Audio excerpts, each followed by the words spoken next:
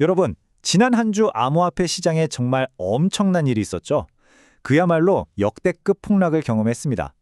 수많은 투자자들이 공포에 떨었고 시장 전체가 휘청거렸는데요. 오늘 저희는 이 엄청난 시장 충격의 원인이 대체 무엇이었는지, 그리고 그 속에서 우리가 어떤 미래를 그려볼 수 있을지 한번 깊이 있게 파헤쳐 보겠습니다. 네, 거로 이 숫자입니다. 불과 일주일 만에 암호화폐 시장에서 그냥 증발해버린 돈 무려 180조 원입니다. 와, 180조 원이요? 정말 상상조차 하기 힘든 그야말로 천문학적인 액수네요. 투자자분들 충격이 얼마나 컸을지 정말 짐작이 갑니다. 그럼 먼저 이번 시장 충격으로 인한 피해 규모가 구체적으로 어느 정도였는지부터 자세히 짚어볼까요? 네, 피해가 정말 하나 가릴 것 없이 전방위적이었습니다. 일단 시장의 대장격인 비트코인부터 하루 만에 13%가 추가로 하락했고요. 이더리움, 솔라나, XRP 같은 다른 주요 알트코인들은 이건 적게는 10%에서 많게는 80%까지 그냥 곤두박질 쳤습니다. 시장의 공포 심리가 정말 극에 달했던 거죠. 네, 근데 이게 끝이 아닙니다. 대형 거래소에서만 총 190억 달러, 우리 돈으로 20조 원이 넘는 포지션이 강제로 청산됐어요. 이게 무슨 말이냐면요. 쉽게 말해 빚내서 투자, 즉 레버리지 투자를 했던 분들이 하락을 버티지 못하고 그냥 순식간에 자산을 날렸다는 뜻입니다. 와, 180조 원 증발, 주요 코인들 폭락, 거기에 190억 달러 강제 청산까지 이 숫자들만 들어봐도 시장이 얼마나 극심한 패닉셀링, 그러니까 공포에 질려서 너도 나도 팔아치우는 현상에 완전히 휩싸였는지 명확하게 알 수 있겠네요. 자, 그렇다면 가장 중요한 질문을 던져봐야겠죠. 도대체 왜 이렇게까지 시장이 공포에 빠져들었던 걸까요? 원인이 뭘까요? 물론 여러 가지 이유가 복합적으로 얽혀 있는데요. 전문가들은 가장 큰 원인으로 거시경제의 불안을 꼽고 있습니다. 계속 심해지고 있는 미국과 중국의 관세 갈등, 또 도널드 트럼프 대통령의 강경 발언 같은 것들이요. 이런 게 전 세계 경제에 대한 불확실성을 엄청나게 키웠고 그 불안감이 고스란히 위험자산으로 여겨지는 암호화폐 시장을 덮친 거죠. 네, 그런데 여기서 흥미로운 점이 하나 있습니다. 시장 전문가들의 분석을 보면요. 지금 보시는 것처럼 단기적으로는 변동성이 클 거다, 위험하다고 분명히 경고는 하고 있거든요. 그런데 동시에 장기적으로는 다시 반등할 가능성이 충분하다고 보고 있다는 거예요. 그러니까 이 위기 속에서도 기회를 보고 있는 거죠. 맞습니다. 근데요, 이번 폭락장에서 사실 일반 암호화폐보다 훨씬 더 드라마틱한 상황을 보여준 곳이 있어요.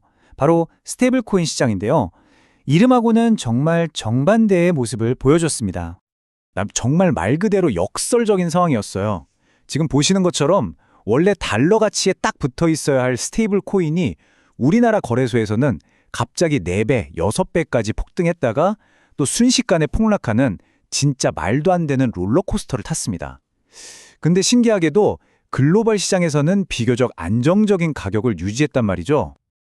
아니, 이름 그대로 스테이블, 즉 안정적이어야 할 코인이 그렇게까지 폭등을 했다니, 이건 정말 이해가 안 되는데요? 도대체 왜 유독 우리나라 시장에서만 이런 이상한 일이 벌어진 걸까요? 네, 그 원인으로 크게 3가지를 꼽을 수 있습니다. 첫 번째는 역시나 한국 시장의 특징이죠. 바로 김치 프리미엄이고요. 두 번째는 폭락장에서 어떻게든 자산을 지키려는 사람들 때문에 생긴 랜딩 상품 청산 수요. 그리고 마지막으로 이 혼란을 더 키워버린 자동매매 시스템의 오작동입니다. 이 3가지가 딱 맞물리면서 그런 비정상적인 폭등이 나온 겁니다. 아, 김치 프리미엄이 여기서 또 나오네요. 혹시 처음 들어보시는 분들을 위해 간단히 설명드리면요. 김치 프리미엄은 똑같은 암호화폐인데 해외보다 우리나라에서 더 비싸게 거래되는 현상을 말해요. 한국 시장이 얼마나 뜨거운지를 보여주는 지표라고 할 수 있죠. 네, 지금까지 시장이 왜 무너졌는지, 그리고 스테이블 코인은 또 왜 그랬는지 자세히 짚어봤습니다. 자, 이제부터는 투자자분들이 가장 궁금해하실 이야기로 넘어가 보죠. 이 혼란 속에서도 우리가 눈여겨봐야 할 종목은 과연 무엇일까요? 자, 역시 첫 번째는 시장의 대장, 비트코인입니다. 물론 단기적으로는 여전히 불안하지만 분석가들은 과도한 비투가 정리된 지금이 오히려 불확실성이 줄어든 거라고 보고 있어요. 장기적으로 보면 꽤 매력적인 매수 기회가 될 수 있다는 거죠. 다음은 이더리움인데요. 이더리움은 워낙 기술 생태계가 탄탄하잖아요. 이걸 믿고 기관 투자자들이 계속 사들이고 있어서 다른 코인들보다 회복이 빠를 거라는 기대가 많습니다. 세 번째는 솔라나입니다. 솔라나는 최근에 국내 기업이랑 손잡고 원화 기반 스테이블 코인 프로젝트를 발표했거든요. 이런 든든한 재료를 바탕으로 아주 가파른 회복을 시도하고 있어서 지켜볼 만합니다. 그 밖에도 기관들이 여러 코인을 묶어서 살 때 꼭 담는다는 비트코인 캐시도 있고요. 또 디파이나 게임 쪽에서 확장성이 뛰어나다고 평가받는 아발란체 역시 긍정적인 신호를 보내고 있습니다. 여기에 더해서 시장에서는 톤코인, 페페노드, 비트코인 하이퍼 같은 코인들을 차세대 성장주로 보고 있기도 합니다. 다만 이 친구들은 아직 변동성이 어마어마하게 크다는 점, 투자하실 때 정말 조심해야 한다는 거 꼭 기억하셔야 합니다. 네, 정말 다양한 종목들을 짚어주셨네요. 그럼 마지막으로 정리해볼까요? 이렇게 불확실성이 큰 시장에서 우리 투자자들은 어떤 전략으로 접근하는 게 좋을까요? 핵심만 딱 짚어주시죠. 가장 중요한 건 딱 두 가지입니다. 첫째, 분할 매수. 시장의 바닥이 어딜까 맞추려고 하지 마시고 장기적인 시각으로 꾸준히 나눠서 사는 지혜가 필요합니다. 그리고 둘째는 철저한 리스크 관리입니다. 내가 감당할 수 있는 만큼만 투자하고 항상 최악의 상황도 생각해야 합니다.